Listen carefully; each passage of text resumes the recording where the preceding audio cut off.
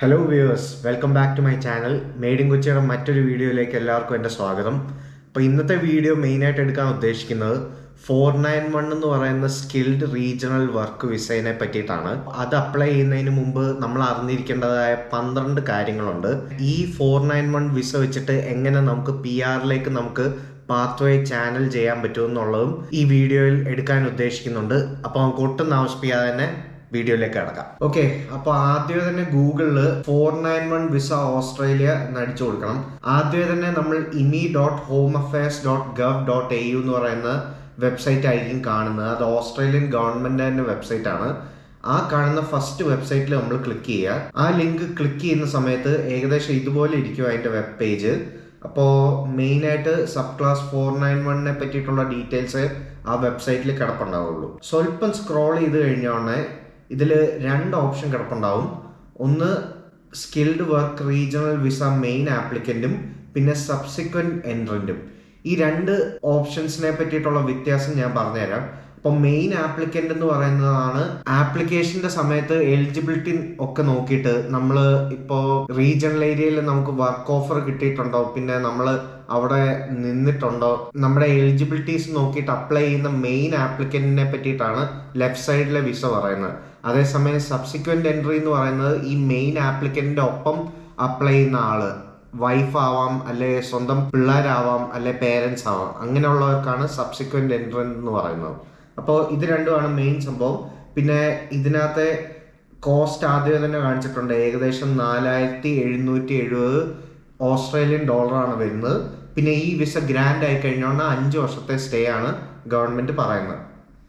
ഇതിൽ ഈ ഡീറ്റെയിൽസ് എന്ന് പറയുന്ന ബട്ടൺ നമുക്ക് ക്ലിക്ക് ചെയ്ത് നോക്കാം. ഇപ്പോൾ നമ്മൾ ഡീറ്റെയിൽസ് സെലക്ട് ചെയ്ത് കഴിഞ്ഞാൽ ഫസ്റ്റ് തന്നെ ഇവിടെ കുറച്ച് ഓപ്ഷൻസ് പൊക്കത്ത് കിടപ്പുണ്ടാവും. ഇതിൽ നമ്മൾ സെലക്ട് ചെയ്യേണ്ടത് എലിജിബിലിറ്റി എന്ന് പറയുന്ന ടാബാണ്. അപ്പോൾ ഈ എലിജിബിലിറ്റി എന്ന് പറയുന്ന ടാബ് സെലക്ട് ചെയ്ത് കഴിഞ്ഞാൽ ഞാൻ നേരത്തെ പറഞ്ഞിരുന്ന 12 ക്രൈറ്റീരിയ എന്തൊക്കെയാണെന്നുള്ളത് ഇവിടെ സ്റ്റെപ്പ് ബൈ സ്റ്റെപ്പ് എഴുതിയിട്ടുണ്ട്.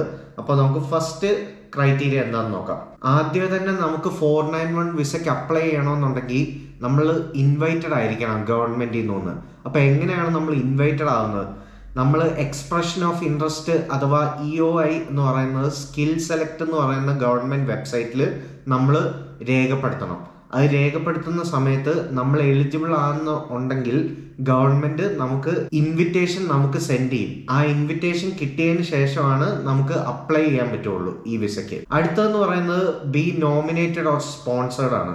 നേരത്തെ പറഞ്ഞ പോലെ തന്നെ നമ്മൾ EOI അപ്ലൈ ചെയ്യുന്ന സമയത്ത് നമുക്ക് ഏകദേശം നമ്മുടെ കറണ്ട് സിറ്റുവേഷന്റെ നമ്മുടെ പോയിന്റ് സ്കോർ ഏറ്റവും ലാസ്റ്റ് നമുക്ക് ഒരു ടേബിൾ ഫോർമാറ്റിൽ കാണിക്കും. ആവശ്യത്തിന് പോയിന്റ്സ് ഉണ്ടെന്നുണ്ടെങ്കിൽ ഈ ഗവൺമെന്റ് നമുക്ക് നമ്മളെ ഈ വിസയ്ക്ക് വേണ്ടിയിട്ട് നമ്മളെ നോമിനേറ്റ് ചെയ്യും. അടുത്തതെന്ന് പറയുന്നത് nomination by Australian state or territory government agency.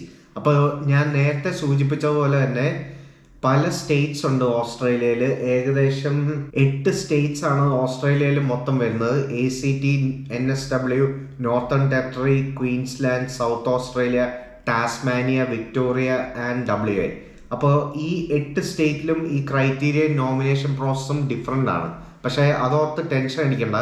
നിങ്ങൾക്ക് പോകാൻ ഏകദേശം ഉദ്ദേശമുള്ള ഒരു സ്ഥലം ഉണ്ടാവുമല്ലോ. ഇപ്പോൾ വിക്ടോറിയയിൽ മെൽബൺ അല്ലെങ്കിൽ ന്യൂ സൗത്ത് വെയിൽസിൽ സിഡ്നി, അങ്ങനെ നിങ്ങൾക്കൊരു ഏകദേശം പോകാനായിട്ടുള്ള ഒരു ഉദ്ദേശമുള്ള സ്ഥലം ഉണ്ടെങ്കിൽ അതിനനുസരിച്ചുള്ള സ്റ്റേറ്റ് സെലക്ട് ചെയ്ത് കഴിഞ്ഞാൽ ആ സ്റ്റേറ്റിന്റെ പർട്ടിക്കുലർ ആയിട്ടുള്ള ക്രൈറ്റീരിയ നിങ്ങൾക്ക് അറിയാൻ പറ്റും.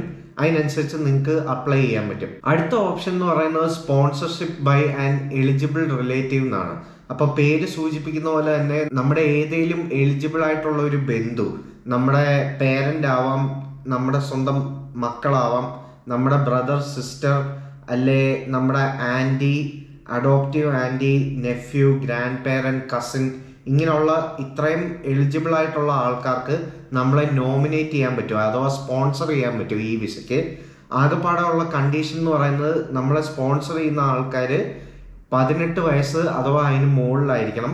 ഓസ്ട്രേലിയയിൽ പെർമനന്റ് റെസിഡൻസി അല്ലെങ്കിൽ സിറ്റിസൺ ആയിരിക്കണം. പിന്നെ നിങ്ങൾ അപ്ലൈ ചെയ്യാൻ ഉദ്ദേശിക്കുന്ന സ്ഥലത്ത് ആണ് റിസൈഡ് ചെയ്യുന്നത്, അവിടെ താമസിക്കുന്ന ഒരു വ്യക്തി ആയിരിക്കണം നിങ്ങളുടെ സ്പോൺസർ. കാരണം എന്തെങ്കിലും ഒരു ഇഷ്യൂ വരുമ്പോൾ റെഡിലി സ്പോൺസർ അവൈലബിൾ ആയിരിക്കണം എന്നുള്ളതാണ് കണ്ടീഷനിൽ വരുന്നത്. പിന്നെ ഞാൻ നേരത്തെ പറഞ്ഞ പോലെ തന്നെ എലിജിബിൾ ആയിട്ടുള്ള റിലേറ്റീവ്സിന്റെ ഡീറ്റെയിൽ ബ്രേക്ക് ഡൗൺ ഇതിനകത്ത് കാണിച്ചിട്ടുണ്ട്. നിങ്ങൾക്ക് ഈ ലിങ്ക് ഓപ്പൺ ചെയ്തിട്ട് നിങ്ങൾക്ക് നോക്കാവുന്നതാണ്. അടുത്ത ക്രൈറ്റീരിയ എന്ന് പറയുന്നത് നമ്മൾ 45 വയസ്സിന് താഴെ ആയിരിക്കണം നമ്മൾ ഈ 491 വിസയ്ക്ക് അപ്ലൈ ചെയ്യുന്ന സമയത്ത്. എക്സ്പ്രഷൻ ഓഫ് ഇൻട്രസ്റ്റ് നമ്മൾ അപ്ലൈ ചെയ്യുന്ന സമയത്ത് 45 കീഴേ ആയിരിക്കണം.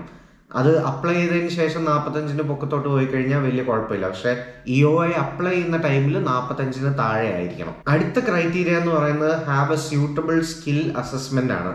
അപ്പോൾ നിങ്ങൾ പഠിച്ചിരിക്കുന്ന ഫീൽഡ് ഏതാണ്, അല്ലെങ്കിൽ നിങ്ങൾ ജോലി ചെയ്യുന്ന ഫീൽഡ് ഏതാണ്, അതിനനുസരിച്ചിരിക്കും നിങ്ങളുടെ സ്കിൽ അസസ്മെന്റ് ഏത് ഡിപ്പാർട്ട്മെന്റിലാണ് ചെയ്യേണ്ടതെന്നുള്ളത്. അപ്പോൾ ഈ സ്കിൽ അസസ്മെന്റ് എന്ന് പറയുന്ന ഈ ടാബ് നിങ്ങൾ ഓപ്പൺ ചെയ്ത് കഴിഞ്ഞാൽ അതിനെപ്പറ്റി കൂടുതൽ ഡീറ്റെയിൽസ് നിങ്ങൾക്ക് അറിയാൻ പറ്റും.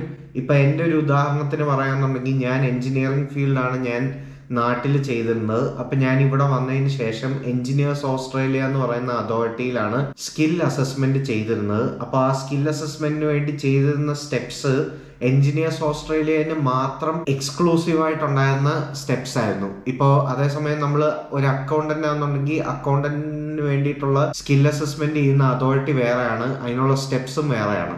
അപ്പോൾ അതനുസരിച്ചിരിക്കും നിങ്ങളുടെ മെയിനായിട്ട് സ്കിൽ അസസ്മെന്റ് ചെയ്യേണ്ടത്. അപ്പോൾ ഫർദർ ഡീറ്റെയിൽസ് അറിയണമെന്നുണ്ടെങ്കിൽ ഈ ലിങ്ക് ക്ലിക്ക് ചെയ്താൽ മതി. അടുത്തതെന്ന് പറയുന്നത് നമ്മൾ EOI സബ്മിറ്റ് ചെയ്യുന്ന സമയത്ത് ബെയർ മിനിമം നമുക്ക് 65 പോയിന്റ്സ് ഉണ്ടായിരിക്കണം. അപ്പൊ ഈ 65 പോയിന്റ്സ് ഉദ്ദേശിക്കുന്നത് എന്താണ്? നിങ്ങളുടെ കറന്റ് വയസ്സനുസരിച്ച് നിങ്ങൾക്ക് ഒരു പോയിന്റ് കിട്ടും. നിങ്ങൾ എത്രയാണോ സ്റ്റഡീസ് ചെയ്തിരുന്നത് അതിനനുസരിച്ച് നിങ്ങൾക്ക് ഒരു പോയിന്റ്സ് കിട്ടും. PTE അഥവാ IELTS എഴുതിയുന്ന സമയത്ത് നിങ്ങൾക്ക് എത്ര പോയിന്റ് കിട്ടി അതിനനുസരിച്ച് നിങ്ങൾക്ക് 10 20 അല്ലെങ്കിൽ 5 പോയിന്റോ നിങ്ങൾക്ക് കിട്ടും.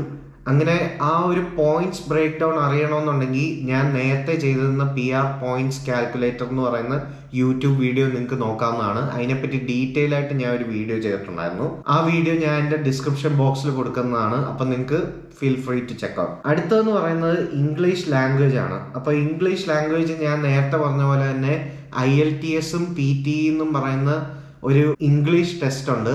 ആ ഇംഗ്ലീഷ് ടെസ്റ്റ് എടുത്തിട്ട് നമ്മുടെ സ്കോർ നമ്മൾ അപ്ലോഡ് ചെയ്യും. അപ്പൊ നമുക്ക് കിട്ടുന്ന പോയിന്റ് എത്രയാണെന്ന് അനുസരിച്ചിരിക്കും നമ്മളെ വിളിക്കുന്നത്. ഇതിനകത്ത് പറയുന്ന കോമ്പറ്റന്റ് ഇംഗ്ലീഷ് ആണ്, അഥവാ മിനിമം 6 വേണം IELTS അഥവാ PTE എഴുതുന്ന സമയത്ത്. അപ്പൊ അതൊക്കെയാണ് മെയിനായിട്ട് നമ്മൾ അറിഞ്ഞിരിക്കേണ്ട കാര്യം. എത്ര കൂടുതൽ നമുക്ക് സ്കോർ എടുക്കാൻ പറ്റുന്നോ അത്രയും കൂടുതൽ നമുക്ക് പോയിന്റ് കിട്ടും. അടുത്തതെന്ന് പറയുന്നത് സ്കിൽസ് റിക്വയർമെന്റ് മീറ്റ് ചെയ്യുക എന്നുള്ളതാണ്. എലിജിബിൾ ആയിട്ടുള്ള സ്കിൽഡ് ഒക്യുപ്പേഷൻ ഉണ്ട് 491 വിസയ്ക്ക് അപ്ലൈ ചെയ്യുന്ന സമയത്ത്. അപ്പോൾ നമ്മുടെ ഓസ്ട്രേലിയൻ ഗവൺമെന്റ് എല്ലാ വർഷവും അവർക്ക് ആവശ്യമായിട്ടുള്ള സ്കിൽസ് ഈ സ്കിൽഡ് ഒക്യുപ്പേഷൻ ലിസ്റ്റ് എന്ന് പറയുന്ന സംഭവത്തിൽ അപ്ഡേറ്റ് ചെയ്യും. അപ്പോൾ നമ്മൾ ഏത് ഫീൽഡിലാണോ ജോലി ചെയ്യുന്നത് അഥവാ നമ്മൾ പഠിച്ചിരിക്കുന്നത് നമുക്ക് ഈ സ്കിൽഡ് ഒക്യുപ്പേഷൻ ലിസ്റ്റിൽ കയറി നമുക്ക് സെർച്ച് ചെയ്ത് നോക്കിക്കഴിഞ്ഞാൽ അറിയാൻ പറ്റും ഇത് ഓസ്ട്രേലിയൻ ഗവൺമെന്റിന് ഡിമാൻഡ് ഉള്ള സ്കില്ലാണോ അല്ലയോ എന്നുള്ളത്. ഈ ലിസ്റ്റിൽ മെൻഷൻ ചെയ്തിട്ടുണ്ടെന്നുണ്ടെങ്കിൽ അതിന്റെ അർത്ഥം 491 വിസയ്ക്ക് നമുക്ക് അപ്ലൈ ചെയ്യാൻ എലിജിബിൾ ആണ്, അഥവാ ഓസ്ട്രേലിയൻ ഗവൺമെന്റിന് ഡിമാൻഡ് ഉള്ള ഒരു സ്കില്ലാണ് നിങ്ങൾ പഠിക്കുന്നത് അഥവാ നിങ്ങൾ ജോലി ചെയ്യുന്നത് എന്നുള്ളതാണ് ഇതുകൊണ്ട് ഉദ്ദേശിക്കുന്നത്. അടുത്തതെന്ന് പറയുന്നത് മീറ്റ് അവർ ഹെൽത്ത് റിക്വയർമെന്റ്. അപ്പോൾ ബേസിക് ആയിട്ട് ഉള്ള സംഭവങ്ങളാണ് ഹെൽത്ത് റിക്വയർമെന്റിൽ ചോദിക്കുന്നത്. ഇപ്പോൾ നമുക്ക് ക്രോണിക് ആയിട്ട് ഡിസീസസ് ഒന്നും ഇല്ലെങ്കിൽ, നമുക്ക് ബ്രീത്തിങ് അഥവാ ട്യൂബർകുലോസിസ് അഥവാ എന്താ പറയാ, നമുക്ക് ക്രോണിക് ആയിട്ട് ഒരു ഡിസീസ് ഇല്ലാത്ത ആണെന്നുണ്ടെങ്കിൽ ഭൂരിഭാഗം ആൾക്കാരിലും ഈ ഹെൽത്ത് റിക്വയർമെന്റ് പാസ്സാവും. പിന്നെ ഇതിൽ മെയിൻ ആയിട്ട് ഇവരെന്താ ചെക്ക് ചെയ്യുന്നതെന്ന് അറിയണമെന്നുണ്ടെങ്കിൽ ഈ ഒരു ലിങ്ക് ക്ലിക്ക് ചെയ്ത് കഴിഞ്ഞാൽ നിങ്ങൾക്ക് അറിയാൻ പറ്റും. അടുത്തതെന്ന് പറയുന്നത് മീറ്റ് അവർ ക്യാരക്ടർ റിക്വയർമെന്റ്. ഇത് സ്റ്റുഡന്റ് വിസയ്ക്ക് അപ്ലൈ ചെയ്യുന്ന സമയത്ത് ഏകദേശം സെയിം ആയിട്ടുള്ള ഒരു സംഭവമാണ്. എല്ലാവരിലും ഒന്നും ഇവർ ചോദിക്കത്തില്ല ഈ ക്യാരക്ടർ റിക്വയർമെന്റ്, ചിലവരിൽ ചോദിക്കാൻ സാധ്യത ഉണ്ട്. മെയിൻ ആയിട്ട് ഇവർ ചോദിക്കുന്നത് ഒരു സിമ്പിൾ ആയിട്ടുള്ള ഒരു പോലീസ് ചെക്കിലാണ്. ആ പോലീസ് ചെക്കിൽ നിങ്ങൾക്ക് ക്രിമിനൽ ബാക്ക്ഗ്രൗണ്ട് ഒന്നും ഇല്ലാന്ന് പ്രൂവ് ചെയ്യാൻ പറ്റുക എന്നുണ്ടെങ്കിൽ നിങ്ങൾക്ക് ഈ വിസയ്ക്ക് അപ്ലൈ ചെയ്യാൻ പറ്റും. അടുത്തതെന്ന് പറയുന്നത് ഹാവ് പെയ്ഡ് ബാക്ക് യുവർ ഡെപ്റ്റ് ടു ഓസ്ട്രേലിയൻ ഗവൺമെന്റ്. ഓസ്ട്രേലിയയിൽ നിങ്ങൾ നിന്നുകൊണ്ടിരിക്കുന്ന സമയത്താണ് നിങ്ങൾ 491 വിസയ്ക്ക് അപ്ലൈ ചെയ്യുന്നതെന്നുണ്ടെങ്കിൽ ആ ഒരു ടൈമിൽ നിങ്ങൾ എന്തെങ്കിലും ടാക്സോ അഥവാ നിങ്ങൾ എന്തെങ്കിലും ലോണോ എടുത്തിട്ട് നിങ്ങൾ ഓസ്ട്രേലിയൻ ഗവൺമെന്റിന് പൈസ കൊടുക്കാൻ ബാക്കിയുണ്ടെന്നുള്ള ഒരു വ്യക്തിയാണെന്നുണ്ടെങ്കിൽ അത് കൊടുത്തു തീർത്തിരിക്കണം ഈ വിസയ്ക്ക് അപ്ലൈ ചെയ്യുന്ന സമയത്ത്. അതല്ല എന്നുണ്ടെങ്കിൽ നിങ്ങൾ ക്രൈറ്റീരിയ മീറ്റ് ചെയ്യത്തില്ല, നിങ്ങളെ ഇൻവൈറ്റ് ചെയ്യത്തുമില്ല EOI അപ്ലൈ ചെയ്യുന്ന സമയത്ത്. സെക്കൻഡ് ലാസ്റ്റ് എന്ന് പറയുന്നത് sign the Australian value statement ആണ്. ഇപ്പോൾ ഇത് മെയിൻ ആയിട്ട് ഒരു ഡിക്ലറേഷൻ ഫോം ആണ്. പേജ് ഓപ്പൺ ചെയ്ത് കഴിഞ്ഞാൽ അറിയാൻ പറ്റും. അപ്പോൾ ഈ പേജ് ഓപ്പൺ ചെയ്ത് കഴിഞ്ഞാൽ നിങ്ങൾ കുറച്ച് ടേംസ് ആൻഡ് കണ്ടീഷൻസ് ഉണ്ട്, അത് കൃത്യമായിട്ട് വായിച്ച് നോക്കിയിട്ട് നിങ്ങൾക്ക് സൈൻ ചെയ്യാവുന്നതാണ്. അത് ഭയങ്കര അധികം ബേസിക് ആയിട്ടുള്ള ഒരു സംഭവമാണ്. ഏത് വിസയ്ക്ക് അപ്ലൈ ചെയ്യുമ്പോഴും നമ്മൾ ഡിക്ലെയർ ചെയ്യേണ്ടത് വളരെയധികം ഇമ്പോർട്ടൻ്റ് ആണ്. ലാസ്റ്റ് ക്രൈറ്റീരിയ എന്ന് പറയുന്നത് not have had a visa cancelled or previous application refused. ഇത് ഇച്ചിരി ട്രിക്കി ആയിട്ടുള്ള ഒരു സംഭവമാണ്. കാരണം എന്താണെന്ന് വെച്ചാൽ നമ്മൾ വേറെ ഏത് വിസയ്ക്ക് നമ്മൾ അപ്ലൈ ചെയ്തിട്ട് ക്യാൻസൽ ചെയ്യുകയോ അഥവാ ആപ്ലിക്കേഷൻ റിഫ്യൂസ് ആവുക എന്നുണ്ടെങ്കിൽ നമുക്ക് ഈ വിസയ്ക്ക് അപ്ലൈ ചെയ്യാൻ പറ്റില്ല. നേരത്തെ നമ്മൾ വിസ അപ്ലൈ ചെയ്തിട്ട് റിഫ്യൂസ് ആയിരിക്കുന്നതിന് പല കാരണങ്ങളുണ്ടാവും. ഓക്കെ, അപ്പോൾ ആ റിഫ്യൂസ് ആയവർക്ക് ഇതിനകത്ത് അപ്ലൈ ചെയ്യാൻ പറ്റില്ല എന്നാണ് ഇവർ മെയിനായിട്ട് പറയുന്നത്. പിന്നെ ഇതിൻ്റെ മെയിനായിട്ടുള്ള ക്രൈറ്റീരിയ കൂടുതൽ ഡീറ്റെയിൽ ആയിട്ട് അറിയണമെന്നുണ്ടെങ്കിൽ limitations on applications in Australia എന്ന് പറയുന്ന PDF ഫയൽ നിങ്ങൾക്ക് ഓപ്പൺ ചെയ്ത് നിങ്ങൾക്ക് വായിച്ചു നോക്കാവുന്നതാണ്. ഇതിൽ ഡീറ്റെയിൽ ആയിട്ട് എഴുതിയിട്ടുണ്ടാവും എന്തൊക്കെയാണ് ക്രൈറ്റീരിയ ഇതിനകത്ത് വരാൻ പറ്റുന്നതെന്നുള്ളത്. അപ്പോൾ ഇന്ന് ഡിസ്കസ് ചെയ്തിരുന്ന മെയിനായിട്ട് 12 ക്രൈറ്റീരിയകളാണ് നമ്മൾ അറിഞ്ഞിരിക്കേണ്ടത് നമ്മൾ 491 വിസ എന്ന് പറയുന്ന സ്കിൽഡ് റീജിയണൽ വിസയ്ക്ക് അപ്ലൈ ചെയ്യുന്ന സമയത്ത്. അപ്പോൾ ഇന്നത്തെ വീഡിയോ ഇൻഫോർമേറ്റീവ് ആയിരുന്നു എന്ന് ഞാൻ വിശ്വസിക്കുന്നു. ഇന്നത്തെ വീഡിയോ ഇഷ്ടപ്പെട്ടു എന്നുണ്ടെങ്കിൽ തീർച്ചയായിട്ടും എൻ്റെ വീഡിയോ ലൈക്ക് ചെയ്യുക. ഇതുപോലത്തെ കണ്ടന്റുകൾ ഇഷ്ടമുണ്ടെന്നുണ്ടെങ്കിൽ തീർച്ചയായിട്ടും എൻ്റെ ചാനൽ സബ്സ്ക്രൈബ് ചെയ്യുക. അപ്പോൾ ഇനി ഇതുപോലത്തെ ഇൻഫോർമേറ്റീവ് ആയിട്ടുള്ള വീഡിയോസ് ആയിട്ട് കണ്ടുമുട്ടട്ടെ എന്നുള്ള ശുഭാപ്തി വിശ്വാസത്തോടെ ഗുഡ് ബൈ.